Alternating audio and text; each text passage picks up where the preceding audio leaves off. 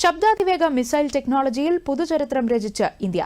ദീർഘദൂര ഹൈപ്പർസോണിക് മിസൈലിന്റെ പരീക്ഷണ വിക്ഷേപണമാണ് DRDO വിജയകരമായി പൂർത്തിയാക്കിയത്. ഒഡീഷ തീരത്തുള്ള ഡോക്ടർ APJ അബ്ദുൽ കലാം ദ്വീപിൽ നിന്നാണ് ഇന്ത്യൻ സായുധ സേനയ്ക്കായി ഒരുക്കിയ മിസൈൽ വിക്ഷേപിച്ചത്. പരീക്ഷണം വിജയകരമായതോടെ ഹൈപ്പർസോണിക് മിസൈൽ സാങ്കേതിക വിദ്യ സ്വന്തമായുള്ള അപൂർവം രാജ്യങ്ങളുടെ പട്ടികയിലേക്ക് ഇന്ത്യയും എത്തി.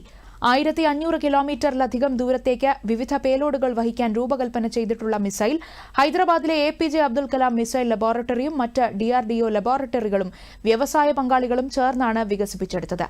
മണിക്കൂറിൽ 6200 കിലോമീറ്റർ വേഗത്തിലാണ് മിസൈൽ സഞ്ചരിക്കുക. അതുകൊണ്ട് തന്നെ മിസൈൽ പ്രതിരോധ സംവിധാനങ്ങൾക്ക് ഇവയെ തടയാൻ സാധിക്കില്ല. മിസൈൽ വിജയകരമായി പരീക്ഷിച്ച DRDOയെ പ്രതിരോധ മന്ത്രി രാജ്നാഥ് സിംഗ് അഭിനന്ദിച്ചു. ഹൈപ്പർസോണിക് മിസൈൽ സാങ്കേതിക വിദ്യയിൽ സുപ്രധാന നാഴികക്കല്ലാണ് പിന്നിട്ടിരിക്കുന്നതെന്ന് കേന്ദ്രമന്ത്രി കുറിച്ചു.